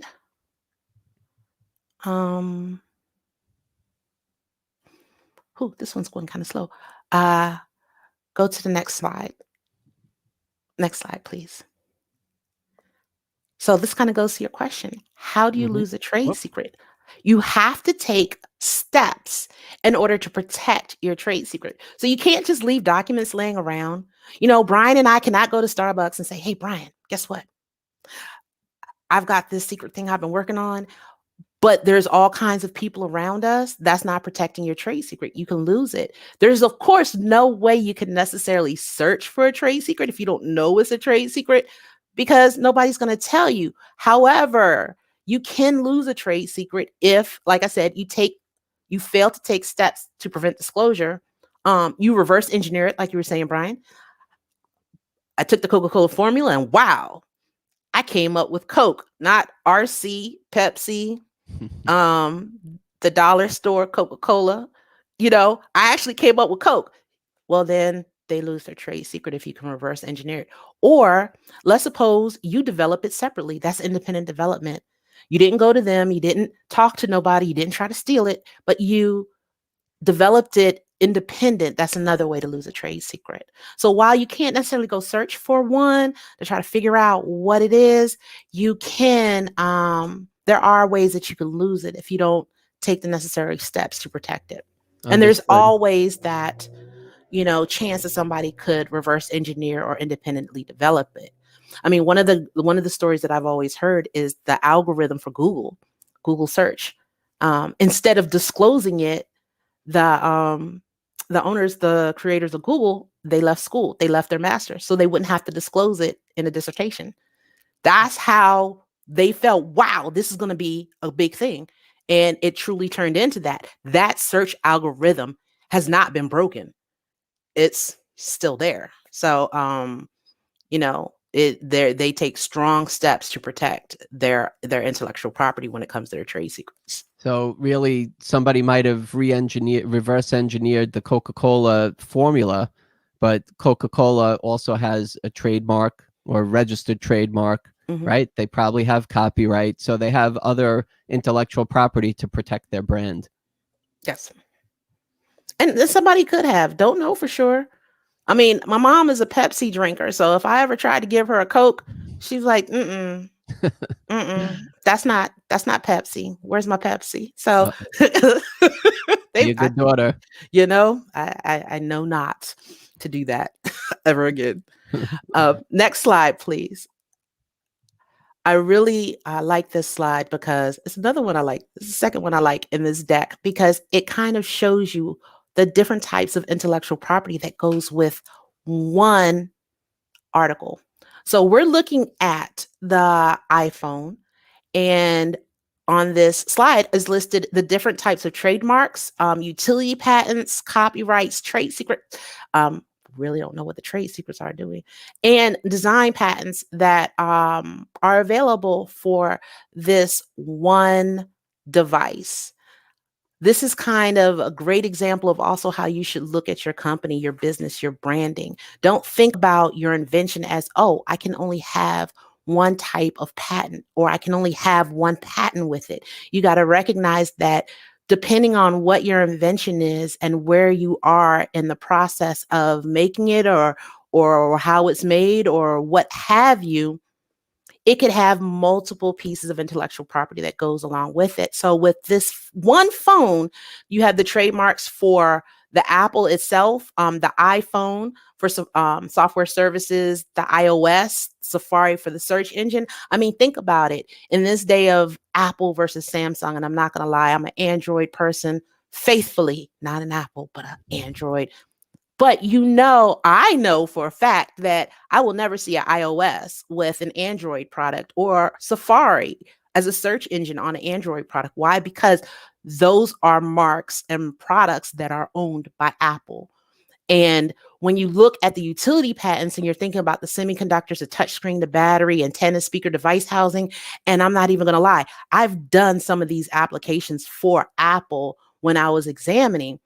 These are things that you look at the semiconductor circuits. For this is one bullet point, and you may think there's only one patent that you could possibly get. No, for the semiconductor circuits yourself, you could potentially get a patent on the composition of the circuits, another one on how the circuits are laid out, a method of making and laying down the circuits, a method of mixing the composition together and putting it all together. And then the semiconductor circuits as a whole, the structure of them, when you're talking about circuits and they have vias and all of this other stuff. And yeah, so are you getting the picture? It's so interesting. That one bullet could have tens of and hundreds of patent applications for that one thing. I guess that's why we pay $1,200 for an iPhone. Well, some of us do. Some of us do. But that's kind of like how you should think about your branding and your business. Don't look at it as it can only be this one thing. Parse it out. Look at the separate parts. Look at it as a whole, and then look at the individual parts separately and see where there is potential for IP protection. Don't just do the whole thing. If you can, break it down and see what protection can be gotten for the individual parts themselves. That's a great slide. Next slide, please. So when we talk about a patent, yes, we have finally gotten to that patent part. How am I doing on time, Brian? We're okay. As long as Okay. again, everybody's hopefully they're home by now, relaxing and just taking in as much information as we can. Look, we're always searching for information out there. So what better resource than directly from you in the US Patent and Trademark Office? Thank you so much for doing this for us. Okay, thank you. I just want to make sure that I'm good with time with everyone, because while patent intellectual property can be dry in and of itself, I try to make it interesting so that, it kind of goes in, it stays in, it sinks in, it soaks in. And so when you think about a patent is a property right. It's kind of like that quid pro quo. You tell us how you make or use your invention, and we'll give you exclusive rights for a limited term. Once that limited term is done, it goes into the public domain. And once it's in the public domain, it cannot be pulled back. Okay. So that's kind of like how a patent works. A patent is territorial. So you can only get a patent in the country in which you file a patent application. For example, and it's only good to be enforced in the country in which it was granted. So for example, when I was at the Detroit regional office, the regional office sits on the Detroit River. Right across from the Detroit River is Windsor, Canada. It's right across the river. I could actually look out the window of my office and I would tell my kids, I see Canada, right? And so if I happen to live in Detroit, got a patent from the United States Patent and Trademark Office, some may wonder, well, since Canada is right there across the water, isn't it enforceable there too? And the answer is no, because that's another country. If you want to get IP property rights in Canada for a patent, you would have to file at the Canadian Patent Office and have a patent granted by the Canadian Patent Office. There is no such thing as a worldwide patent. Anyone that tells you that there is a worldwide patent, run, do not walk away from them, because there's no such thing. While there is a process under the Patent Cooperation Treaty that makes it easier to file in those countries which are part of that treaty, there is no one place to get a patent that will cover you in multiple jurisdictions. In addition, there are also a lot of companies out there that will charge you exorbitant fees to write either a provisional or a non-provisional application and truly do not deliver what they say they will. So you also need to be aware of scammers that are out there, because the patent area is very lucrative. And so not everybody will do right. So be careful of scammers and anyone promising that they can get you a patent. I tell people this. I am a supervisor of patent examiners, and all 14 of my examiners are primaries, meaning they issue. They sign their own work. I review to make sure that the quality is good, but they make the determination and the decision on whether or not something should be granted. Now, even as a supervisor, I cannot tell someone, oh, you'll get this patent. And I supervise those that issue patents. I can't guarantee that. Why? Because nobody knows that case better than the examiner that's examining the case. They are the ones that are doing the in-depth searches, that are reading the specification and the claims, that are understanding things, that are talking to the attorneys. Nobody has a better understanding of an application at the patent office except the examiner that is examining that case.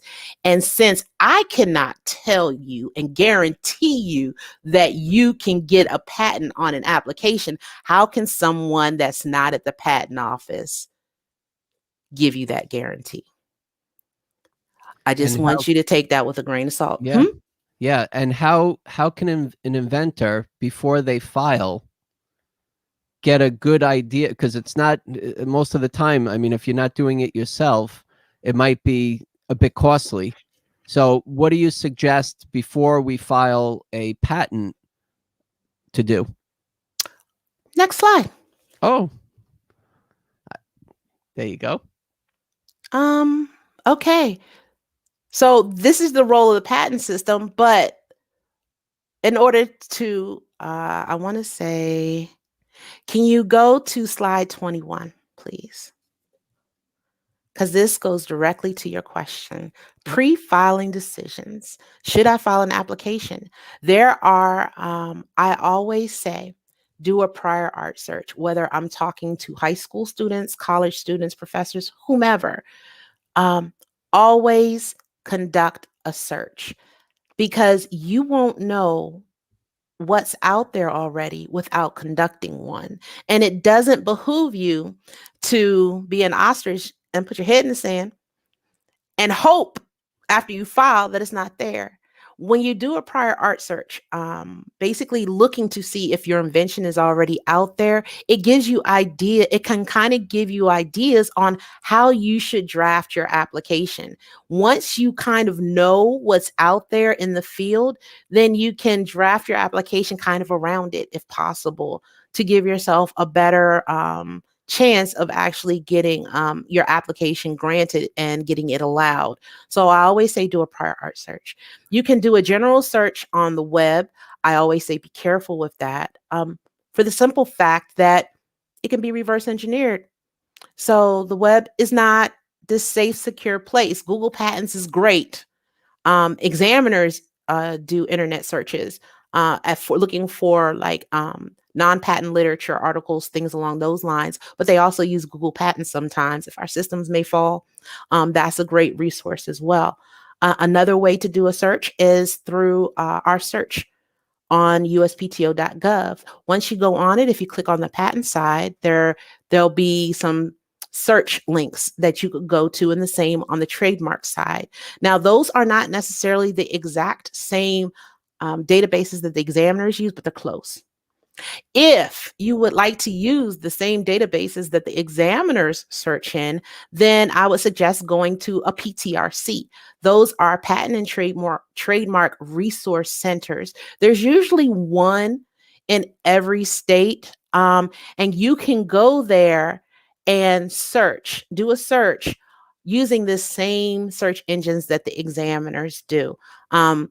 There are the regional offices also have the ability to search those same databases at the regional offices, and we have regional offices located in Detroit, Michigan, San Jose, California, Colorado, and Dallas, Fort Worth, Texas. We have one here on Long Island at PTRC, and Will Salas is one of our on our advisory board. And he comes on and talks about the resources available with Patent Trademark Resource Center, PTRC. And they actually have people there that can help you pull the prior art. You can't ask them what they think of your idea and if you're going to get a patent, but they can help you to gather the research available to be able to either make your own decision or have a patent attorney or agent help you. Yes. And they're wonderful, Brian, like you're saying, they're wonderful resources for the simple fact of they're there to help you. And it doesn't cost a thing. Again, they won't give you the legal advice of whether or not your invention or is known or out there, what have you, but they do provide you assistance and can help you set up your search. I've given a talk out in the Twin Cities at a PTRC there. They sometimes will have I'm not sure if they're doing so much virtual, maybe, but they have seminars on how to search. The regional offices do that as well. As Sean had mentioned, if you go and you do a search on events, you will see events from different regional offices that now that we're virtual are very easy to take advantage of, when before you had to be in person in the city to go to those lectures. But they have lectures on what patents are, what trademarks are. Detroit used to do a trademark Tuesday and a patent Wednesday.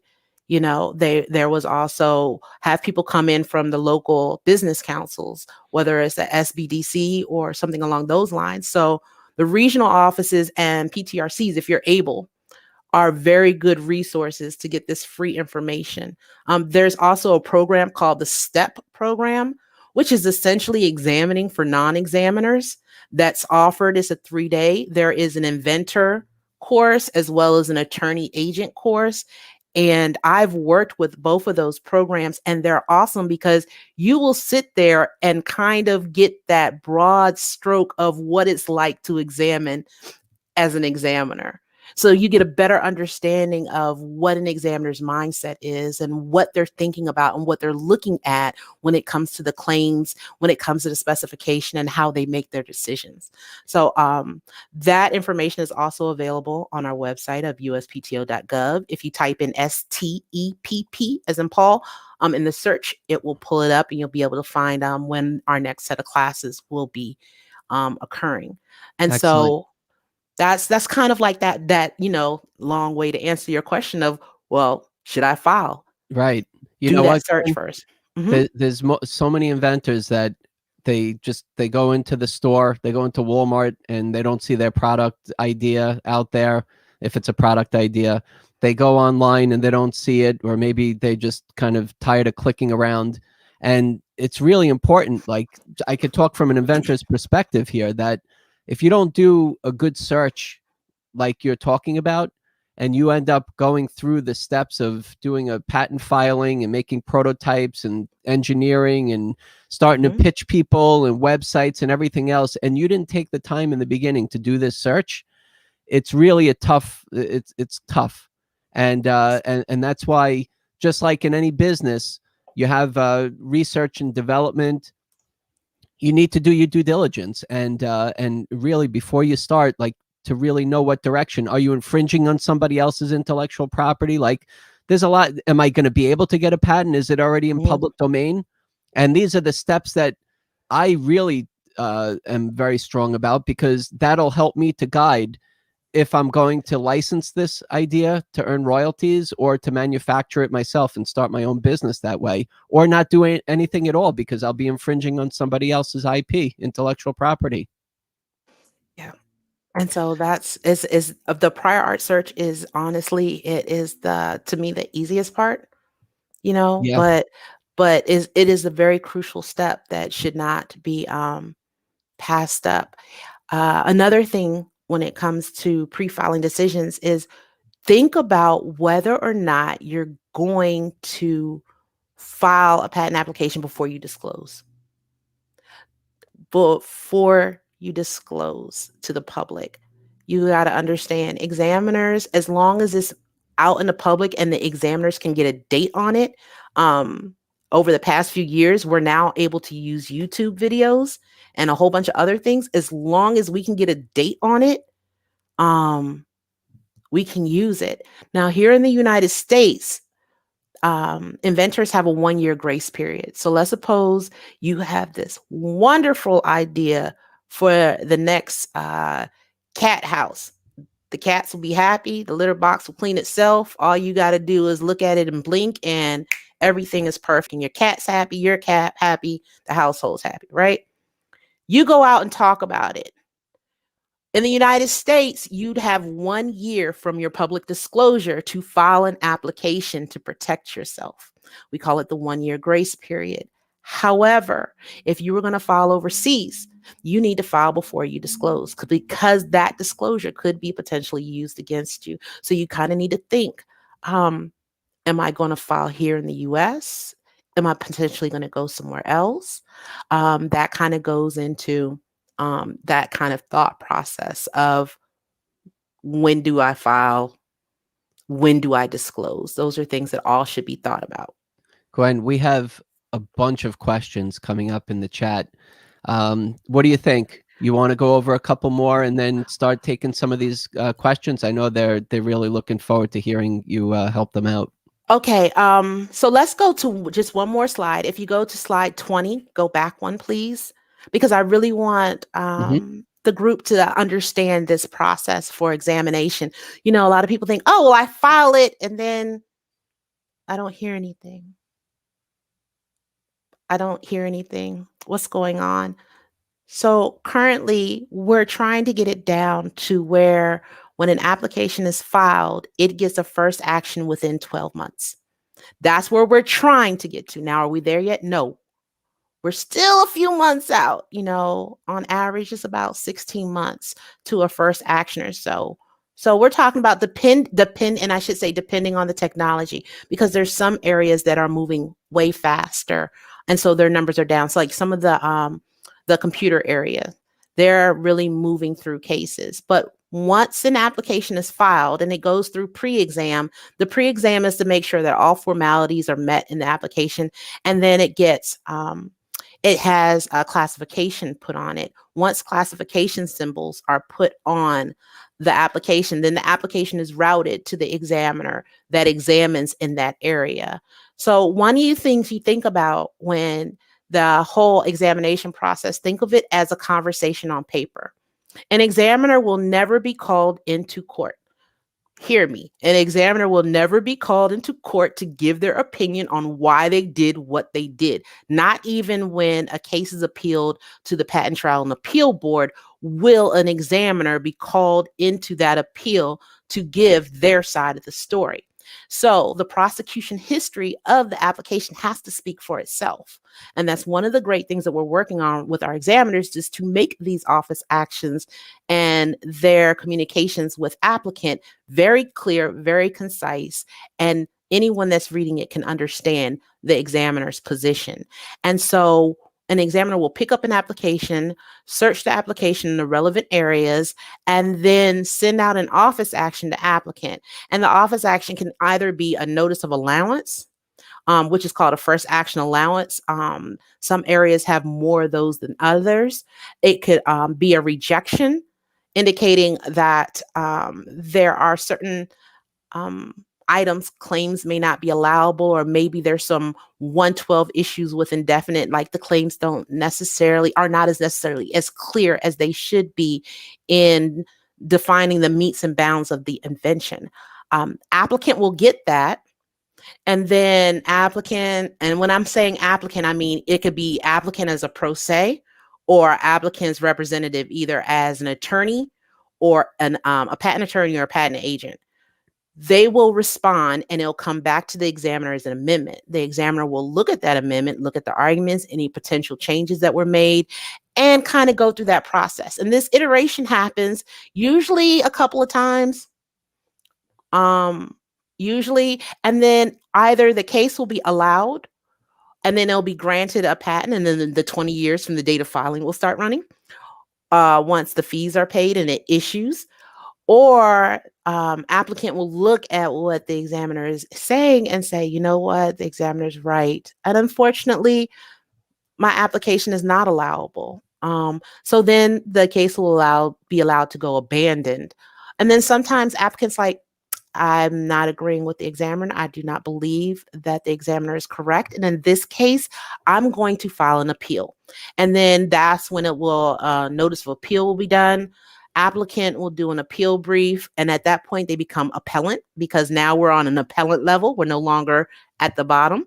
And the appellant will write an appeal brief, examiner will write an examiner's answer, and then both of those will go to the Patent Trial and Appeal Board, where 3 judges will decide whether or not the examiner should be reversed in part, the case remanded to clear up some issues, or applicant or the examiner is affirmed.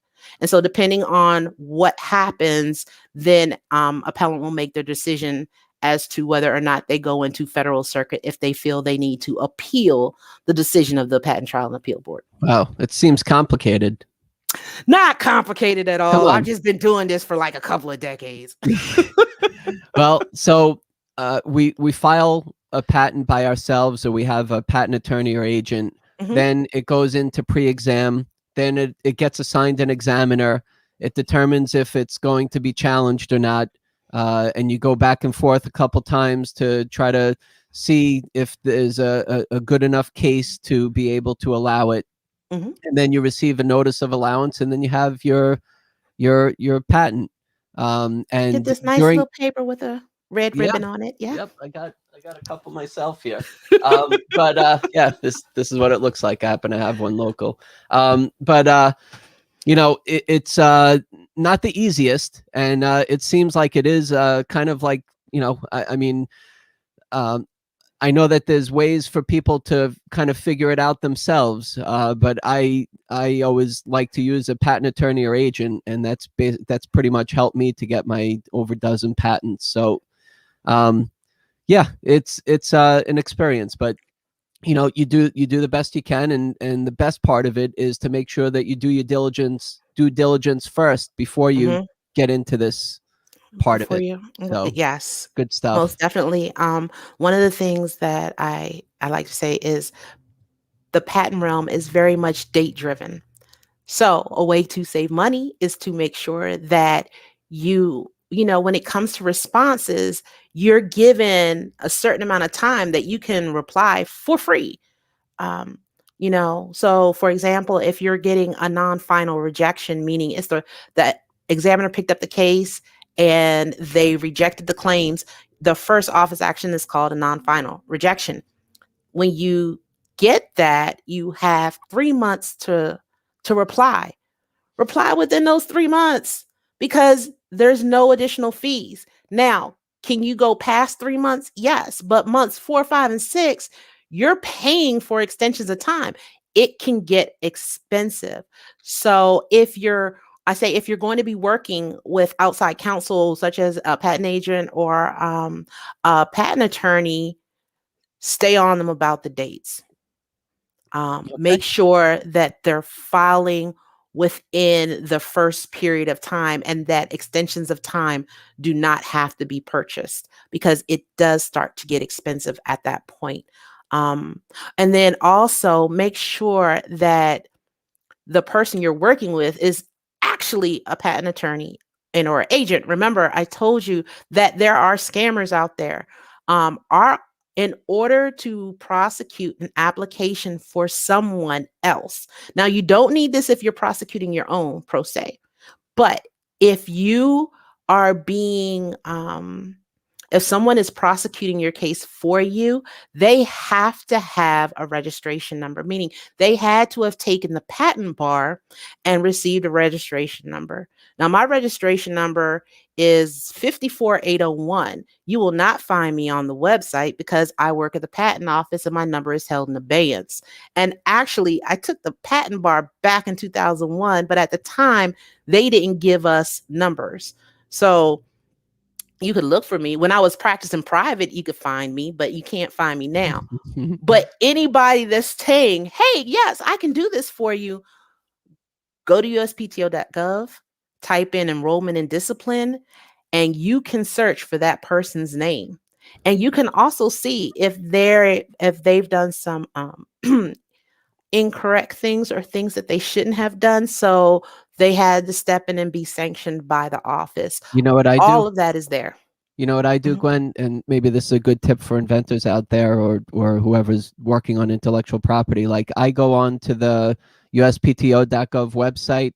I go to search for patents, and one of the drop downs is for the attorney and or agent, and I put in their name, and I could see all the patents that they're on, so I could see how they've done. So just a quick tip.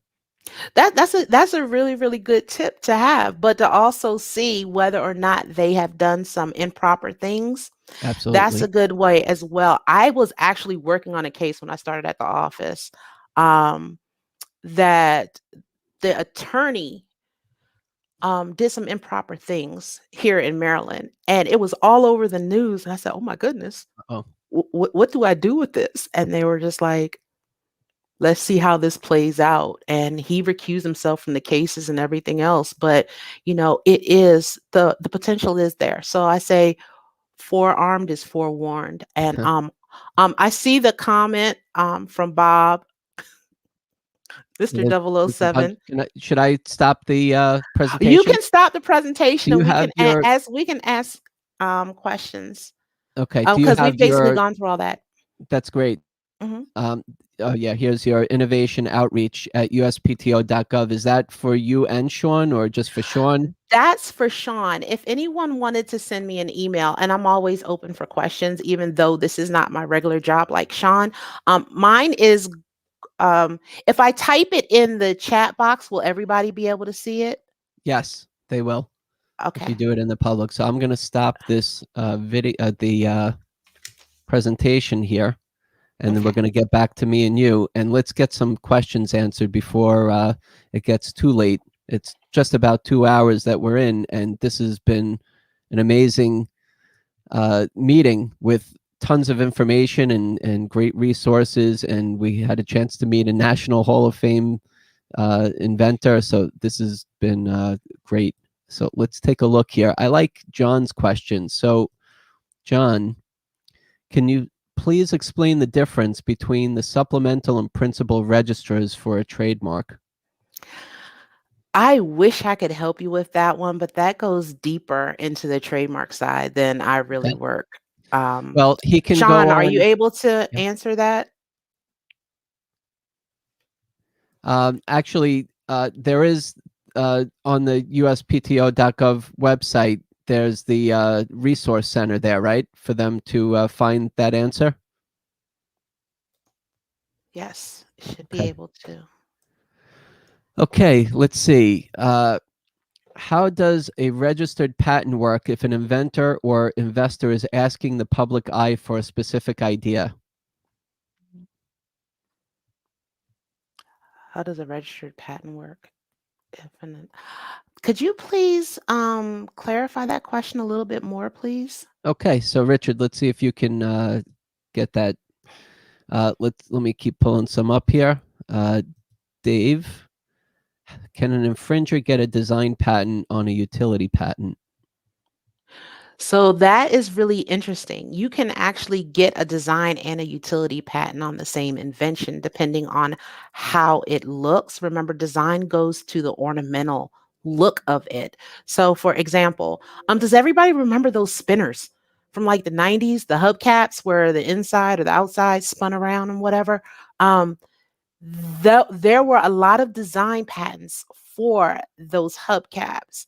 And potentially there could have been a utility too, because of the function and the way it moved, depending on how it was claimed. So it wouldn't necessarily, you can get a same thing. I can't say that an infringer would get it, even though we're a first to file jurisdiction now instead of first to invent. Can't necessarily say that because the information would have came from the infringer would have gotten the information from the inventor, and the examiner should see that and call it into question the ability to be able to get a utility patent for that, or vice versa. Okay. If you have questions, please put them in the chat. I know that you asked them way further up in the chat, and I'm just trying to navigate through while conducting the meeting. But let's see what else we have here. Sean, this is great info. And then you asked why the owner of patent app cannot get information on their status when filed by a patent attorney, power of attorney. Oh, you're talking about in the pair system. Yeah, so Okay.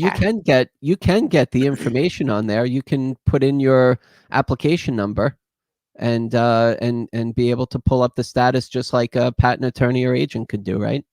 You should be able to. So public pair is the free system. And so long as the application is published under our 18-month publication rule, those applications are public. If you're talking about being the owner itself, you should be able to sign up for public pair and be able to get that information. But one of the things you kind of want to recognize also is that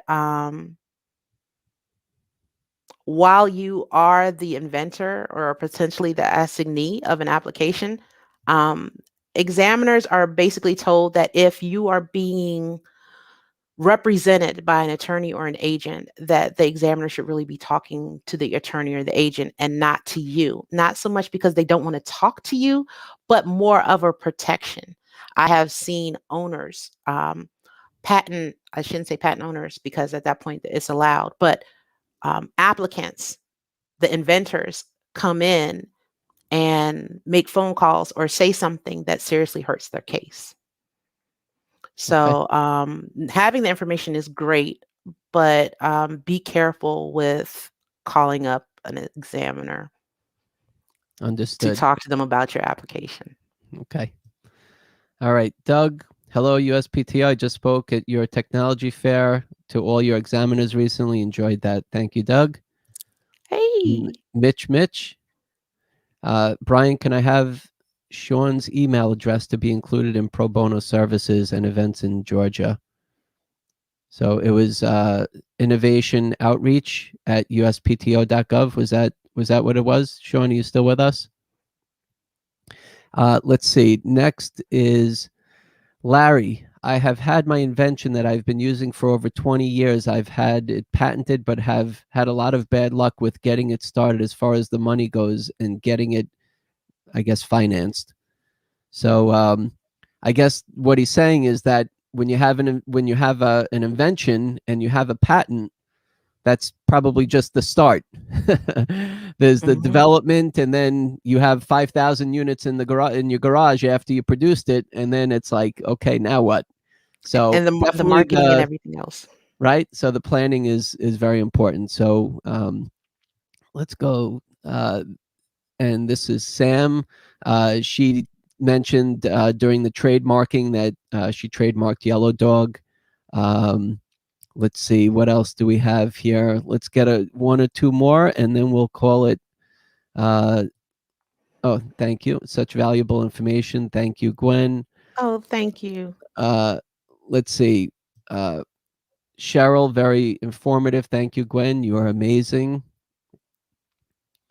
Let's see what else. All right.